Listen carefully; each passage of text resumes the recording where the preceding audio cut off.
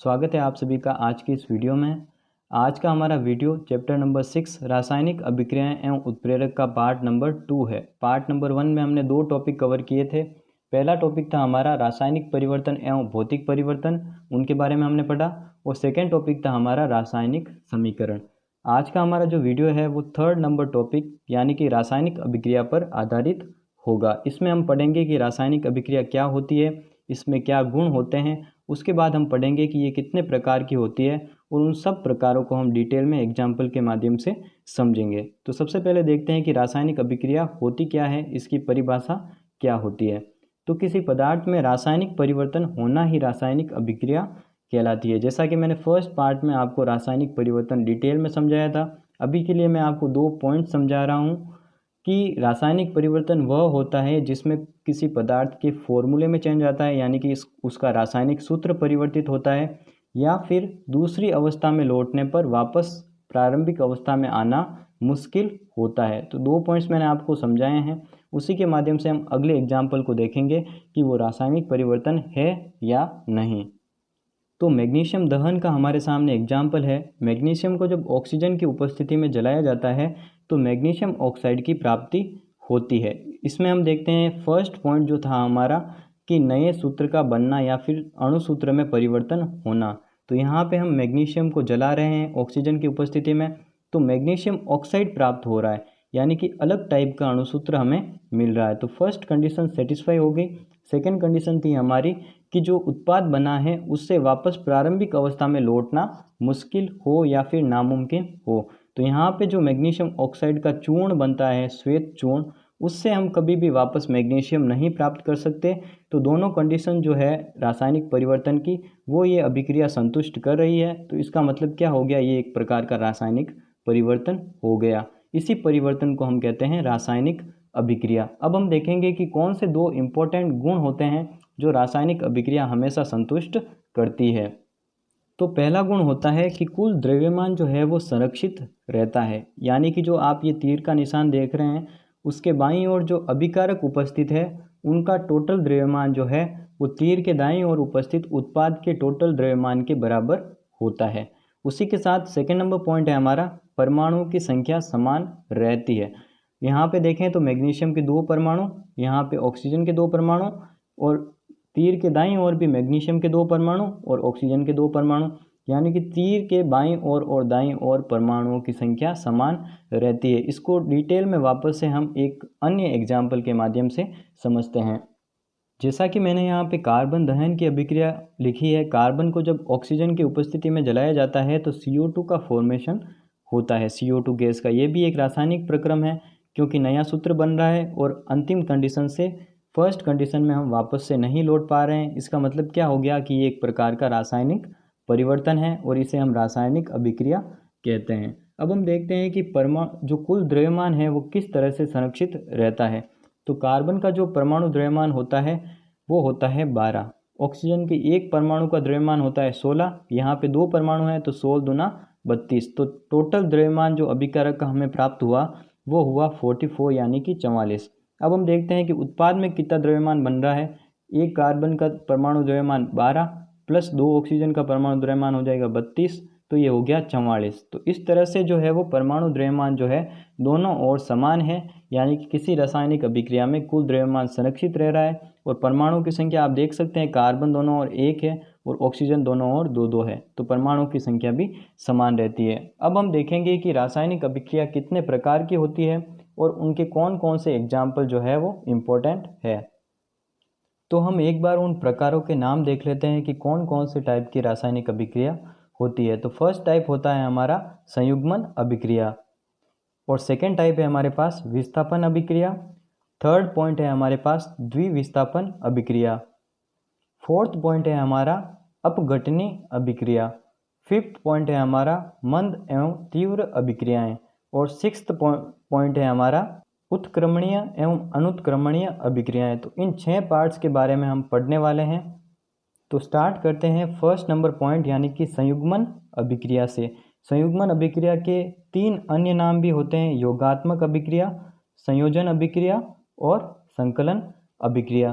तो इन नामों से हमें क्या पता चल रहा है संयुग्मन, संयुग्मन में आ रहा है युग्मन। युग्मन का मतलब क्या होता है? जुड़ना। योगात्मक का मतलब भी होता है जोड़ना, और उसी के साथ संयोजन का मतलब भी होता है जोड़ना, और संकलन का मतलब होता है इकट्ठा करना। तो इस नाम से हम समझ रहे हैं कि कुछ न कुछ यौगिक मिलकर किसी दूसरे यौगिक का फॉर्मेशन करेंगे। तो इसकी परिभाषा भी कुछ इसी प्रकार से होती है कि जब दो या दो से अधिक अभिकारक मिलकर एक ही उत्पाद का निर्माण करें, यानी कि दो रिएक्टेंट की संख्या दो या दो से अधिक हो सकती है, परंतु प्रोडक्ट एक ही बनना चाहिए। अब हम देखते हैं इसके एग्जाम्पल्स कौन कौन से हो सकते हैं।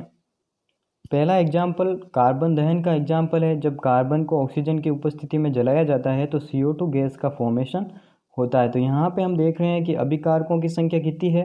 दो, जबकि प्रोडक्ट एक ही मिल रहा है, यानी कि दो अभिकारक मिलकर एक प्रोडक्ट का फॉर्मेशन कर रहे हैं, तो इसे हम संयुग्मन अभिक्रिया कहते हैं।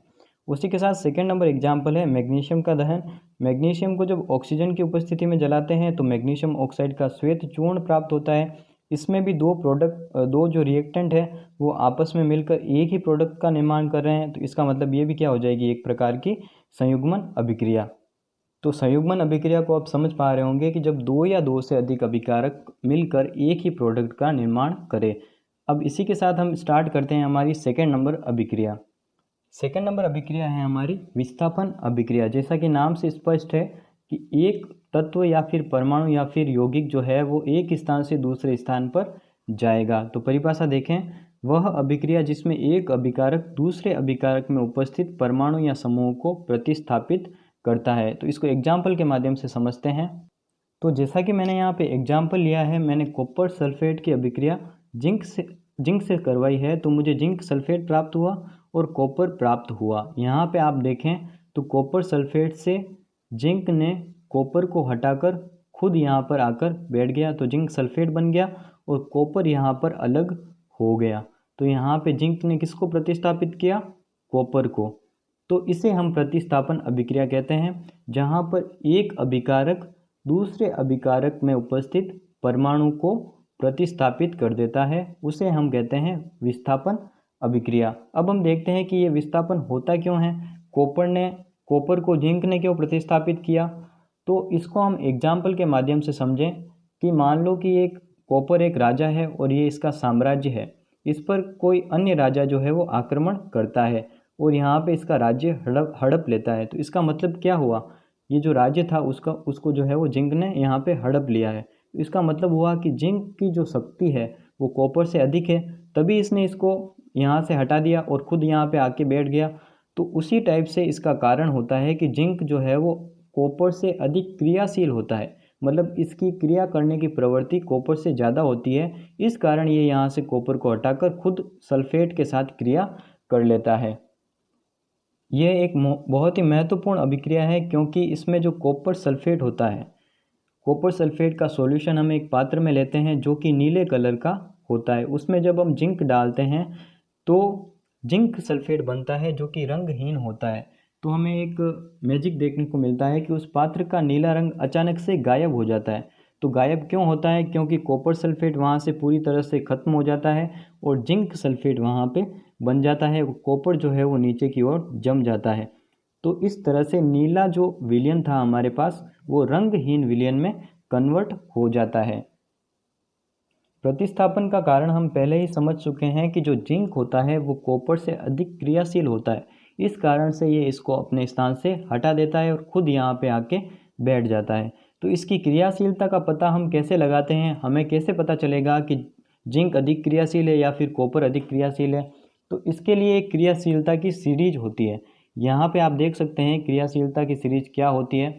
बाईं ओर आप स्क्रीन के देख सकते हैं। तो इसमें हम देखें तो जिंक जो है वो कॉपर से ऊपर स्थित है। तो जो ऊपर होते हैं उनकी क्रियाशीलता नीचे वालों की अपेक्षा अधिक होती है। तो इससे स्पष्ट होता है कि जिंक की क्रियाशीलता कॉपर से अधिक होने के कारण ये उसको वहाँ से प्रतिस्थापित कर देता है। तो विस्थापन अभिक्रिया को हमने डिटेल में पढ़ लिया है। अब हम देखते हैं कि द्विविस्थापन अभिक्रिया क्या होती है। तो जैसा कि हमने विस्थापन अभिक्रिया में देखा था कि एक अभिकारक का अणु दूसरे अभिकारक के मतलब परमाणु को प्रतिस्थापित करता है, परंतु द्विविस्थापन में क्या होगा कि दोनों जो अभिकारक होंगे वो आपस में अंतर परिवर्तित होंगे, यानी कि इनके परमाणु आपस में परिवर्तित होंगे। इस अभिक्रिया में आप देख सकते हैं मैंने यहाँ पे कॉपर सल्फेट लिया और सोडियम हाइड्रोक्साइड लिया, तो यहाँ पे जो OH था वो Cu के पास चला जाता है और जो SO4 है वो Na के पास आ जाता है। तो हमें उत्पाद मिलता है कॉपर हाइड्रोक्साइड CuOH2 और सोडियम सल्फेट यानी कि Na2SO4। ये इंटरचेंज कैसे होता है उसको हम एक बार से देखते हैं। तो इसका हम आयनिक विखंडन करें, कॉपर सल्फेट को अगर आयनिक रूप में वियोजित करें तो वो होता है Cu2+ और SO4 2- और NaOH होता है Na+ और OH-। इसमें बेसिकली होता क्या है कि जो SO4 होता है वो OH की जगह पे आ जाता है और OH जो है वो SO4 की जगह पे चला जाता है। इस तरह से ये दोनों आपस में इंटरचेंज होते हैं। 2 बार विस्थापन हो रहा है, 2 परमाणुओं का विस्थापन हो रहा है या फिर 2 यौगिकों का विस्थापन हो रहा है। यहाँ पे ये सल्फेट आयन आ रहा है और यहाँ पे जो है वो OH- आ रहा है। तो इसी कारण इसे हम द्विविस्थापन अभिक्रिया कहते हैं। जबकि एकल विस्थापन अभिक्रिया में हमने देखा था कि एक ही अभिकारक का इंटरचेंज होता है। अब हम बढ़ते हैं हमारे 4th नंबर पॉइंट पर। तो अभिक्रियाओं के प्रकार का 4th नंबर पॉइंट है हमारा अपघटनी अभिक्रिया। अपघटन से हम समझते हैं कि टूटना। अपघटन का मतलब होता है टूटना। तो इससे स्पष्ट है कि वे अभिक्रियाएं जिनमें अभिकारक टूटकर एक से अधिक उत्पाद बनाता है उसे हम अपघटनी अभिक्रियाएं कहते हैं। जैसा कि आप यहाँ पे देख रहे होंगे, इसमें एक ही अभिकारक टूटकर एक से अधिक उत्पाद बनाता है। तो ये टूटते किन किन कारणों से हैं वो एक बार देखते हैं। तो किसी भी अभिक्रिया में अभिकारक को तोड़ने के लिए कौन कौन से कारण जिम्मेदार होते हैं? वो होते हैं ताप, विद्युत और प्रकाश। इसी के आधार पर अपघटनी अभिक्रियाओं को 3 प्रकार में बांटा गया है: तापीय अपघटन, विद्युत अपघटन और प्रकाश अपघटन। तो सबसे पहले हम देखते हैं कि विद्युत अपघटन किस तरह से किया जाता है। तो जिस यौगिक का विद्युत अपघटन कराना होता है उसकी गलित या फिर द्रव अवस्था में विद्युत धारा को प्रवाहित किया जाता है। मान लो हमें किसी यौगिक में विद्युत धारा प्रवाहित करके उसका विखंडन करना है, तो हमें उसकी गलित अवस्था पहले प्राप्त करनी होगी या फिर द्रव अवस्था प्राप्त करनी होगी। उसके बाद हम उसमें करंट का फ्लो करेंगे तो वो यौगिक जो है वो टूट जाएगा। इसके एग्जाम्पल्स देखते हैं हम। पहला एग्जाम्पल है हमारे पास जल का। जल क्या होता है? लिक्विड होता है, द्रव अवस्था है इसकी। तो इसमें अगर हम विद्युत धारा का फ्लो कराएंगे तो ये H2 और O2 में टूट जाएगा, यानी कि हाइड्रोजन गैस और ऑक्सीजन गैस को मुक्त करेगा। उसी के साथ अगर हम NaCl के जलीय विलयन यानी कि नमक के जलीय विलयन में विद्युत धारा प्रवाहित करें तो हमें क्या क्या प्राप्त होगा? एक तो सोडियम प्राप्त होगा ठोस अवस्था में और Cl2 गैस के रूप में मुक्त होगी। तो 2 एग्जाम्पल हमें इसमें याद रखने हैं। एक तो जल लेना है लिक्विड स्टेट में और एक NaCl लेना है एक्वस स्टेट में। इन दोनों में विद्युत धारा को प्रवाहित करना है तो कुछ इस प्रकार से वे टूटेंगे। अब हम देखते हैं हमारा 2nd नंबर पॉइंट जो कि है तापीय अपघटन या फिर ऊष्मीय अपघटन। जैसा कि नाम से स्पष्ट है कि किसी यौगिक का ताप अगर हम लंबे समय तक बढ़ाते जाएं तो वो अपघटित होगा। जैसे कि CaCO3 यानी कि चूने का पत्थर, इसका हम ताप अगर बढ़ाते बढ़ाते 773 केल्विन पर चले जाएं तो ये 2 यौगिकों में टूटता है। सबसे पहला यौगिक होता है कैल्शियम ऑक्साइड और दूसरा यौगिक होता है CO2। ठीक है, CO2 जो है वो गैस के रूप में रिमूव होती है। इस तरह से CaCO3 का तापीय विखंडन करने पर हमें कैल्शियम ऑक्साइड और CO2 की प्राप्ति होती है। अब देखते हैं कि जो प्रकाशीय अपघटन होता है वो किस तरह से होता है। यौगिक का प्रकाश से ऊर्जा प्राप्त करके अपघटित होना। तो इसके लिए हम तीर के ऊपर क्या लिखते हैं वो सबसे इम्पोर्टेंट है। हम यहाँ पे hν लिखते हैं जो कि प्रकाश की क्वांटा की ऊर्जा को डिनोट करता है। वो आपके सिलेबस में नहीं है। आपको अभी के लिए इतना ही याद रखना है कि ऊपर या तो हमें hν लिखना पड़ेगा या फिर यहाँ पे लिखना पड़ेगा प्रकाश। ठीक है, तो यहाँ पे HBr जो होता है वो मुक्त मूलक क्रियाविधि द्वारा टूटकर H2 और Br2 का उत्पादन करता है। HBr को जब प्रकाश की उपस्थिति में रखा जाता है तो ये विखंडित होकर H2 और Br2 देता है। इसी तरह से हमने अपघटनी अभिक्रियाओं के 3 पार्ट जो है वो क्लियर कर लिए हैं। तो सबसे पहले हमने पढ़ा कि अपघटनी अभिक्रियाएं होती क्या है। तो वे अभिक्रियाएं जिनमें एक अभिकारक टूटकर एक से अधिक उत्पाद दे उसे हम अपघटनीय अभिक्रियाएं कहते हैं। अपघटनीय अभिक्रियाएं किस तरह से हो सकती है, या तो हम उसका ताप बढ़ाकर कर सकते हैं, या फिर उसमें विद्युत धारा प्रवाहित कर सकते हैं, या फिर प्रकाश से ऊर्जा प्राप्त कर कोई यौगिक अपघटित हो सकता है। उसी के आधार पर हमने 3 पार्ट पढ़े थे। अब हम देखते हैं कि 5वां प्रकार क्या होता है अभिक्रिया का। तो जैसा कि मैंने आपको स्टार्टिंग में बताया था कि 5वां टाइप होता है मंद एवं तीव्र अभिक्रियाएं। अब इसकी परिभाषा मुझे नहीं लगता कि आपको समझाने की आवश्यकता होगी। मंद का मतलब है वे अभिक्रियाएं जो धीमी गति से होती है, उन अभिक्रियाओं को हम मंद अभिक्रियाएं कहते हैं। और तीव्र अभिक्रियाओं का मतलब है वे अभिक्रियाएं जो तीव्र गति से होती है, उन्हें हम तीव्र अभिक्रियाएं कहते हैं। तो इनके हम एग्जाम्पल्स देखेंगे, जो एग्जाम्पल्स हमें याद रखने होंगे ताकि हम एग्जाम में लिख सकें। सबसे पहले बात करते हैं तीव्र अभिक्रियाओं के एग्जाम्पल्स के बारे में। तो जब प्रबल अम्ल और प्रबल क्षार को आपस में रिएक्ट करवाया जाता है तो वे अभिक्रियाएं बहुत ही अधिक तीव्र गति से होती है, यानी कि 10⁻⁻10 सेकेंड में ये रिएक्शन जो है वो कंप्लीट हो जाती है। मतलब 1 सेकेंड से भी बहुत कम भाग में जो है वो ये रिएक्शन कंप्लीट होती है। तो अगर हमें पूछे कि तीव्र अभिक्रिया का एग्जाम्पल दो, तो अम्ल और प्रबल क्षार के मध्य होने वाली कोई भी रिएक्शन का हम एग्जाम्पल दे सकते हैं। इस रिएक्शन के बारे में हमने चैप्टर नंबर 5 में पढ़ा था कि अम्ल प्लस क्षार मिलकर लवण प्लस जल का निर्माण करते हैं। अब हम देखते हैं कि तीव्र अभिक्रियाओं का दूसरा एग्जाम्पल क्या है। दूसरा एग्जाम्पल है हमारे पास जब सिल्वर नाइट्रेट की अभिक्रिया हाइड्रोक्लोरिक एसिड के साथ करवाई जाती है तो AgCl का श्वेत अवक्षेप प्राप्त होता है, साथ ही HNO3 का फॉर्मेशन होता है। AgNO3 प्लस HCl गिव जस AgCl प्लस HNO3। यह अभिक्रिया जो है वो 10⁻12 सेकेंड में कंप्लीट होती है, यानी कि जो अम्ल और क्षार के मध्य अभिक्रिया होती है उससे भी कम समय में ये रिएक्शन कंप्लीट हो जाती है। इस तरह से हमें 2 एग्जाम्पल्स याद रखने हैं। अम्ल की अभिक्रिया, प्रबल अम्ल की अभिक्रिया जब प्रबल क्षार के साथ करवाते हैं तथा जब AgNO3 की अभिक्रिया HCl के साथ करवाते हैं। ये 2 अभिक्रियाएं किसका एग्जाम्पल है? तीव्र अभिक्रियाओं का एग्जाम्पल है। अब हम देखते हैं मंद अभिक्रियाओं के एग्जाम्पल्स क्या क्या हैं। तो मंद अभिक्रियाएं वे होती है जिनको कंप्लीट होने में कई घंटे लग सकते हैं, या फिर कई दिन लग सकते हैं, या फिर उनको कंप्लीट होने में कई साल लग सकते हैं। इसके एग्जाम्पल्स होते हैं जब KClO3 को अपघटित किया जाता है तो KCl और O2 का फॉर्मेशन होता है। KClO3 को हमें पोटेशियम क्लोरेट को यहाँ पे विघटित करवाना है तो KCl और O2 की प्राप्ति होती है। सेकेंड नंबर एग्जाम्पल है हमारा एस्टरीकरण रिएक्शन। जब एसिटिक एसिड की रिएक्शन एथेनॉल के साथ करवाते हैं तो एथिल एसीटेट का फॉर्मेशन होता है। इसे हम एस्टरीकरण रिएक्शन कहते हैं, जो आप 11th क्लास में पढ़ेंगे। तो यहाँ पे क्या हो रहा है कि ये जो 2 अभिक्रियाएं हैं इसको कंप्लीट होने में कहीं ज़्यादा समय लगता है, इसलिए हमने इसे मंद अभिक्रियाओं वाले पार्ट में रखा है। हालांकि मंद एवं तीव्र गति की जो अभिक्रियाएं हैं वो इतनी इम्पोर्टेंट नहीं है, परंतु अगर हमें इनके एग्जाम्पल्स पूछ ले तो हमें इन एग्जाम्पल्स को याद रखना है। अब हम बढ़ते हैं हमारे 6th नंबर टाइप की ओर, जिसका नाम है उत्क्रमणीय एवं अनुत्क्रमणीय अभिक्रियाएं। तो सबसे पहले हम देखते हैं कि अनुत्क्रमणीय अभिक्रिया क्या होती है। अनुत्क्रमणीय अभिक्रिया का मतलब होता है वह अभिक्रिया जो केवल एक ही दिशा में चले, यानी कि अभिकारक से उत्पाद की ओर ही चले, उत्पाद से हम वापस अभिकारक प्राप्त न कर सकें, तो ऐसी अभिक्रिया को हम कहते हैं अनुत्क्रमणीय अभिक्रिया। इसको उत्क्रमित यानी कि उल्टा हम नहीं कर सकते, इसको केवल सिंगल एरो द्वारा रिप्रेजेंट किया जाता है। जैसा कि आप यहाँ पे एग्जाम्पल देख सकते हैं, जब मेथेन को ऑक्सीजन की उपस्थिति में जलाया जाता है तो CO2 प्लस H2O का फॉर्मेशन होता है। अब जब CO2 में H2O को मिलाते हैं तो कभी भी वापस से मेथेन हमें नहीं मिलता। इसका मतलब अभिक्रिया केवल एक ही दिशा में कंप्लीट हो रही है। उत्क्रमणीय अनुत्क्रमणीय हमने 1st नंबर पार्ट में भी पढ़े थे, जब मैं आपको रासायनिक समीकरण को लिखना बता रहा था।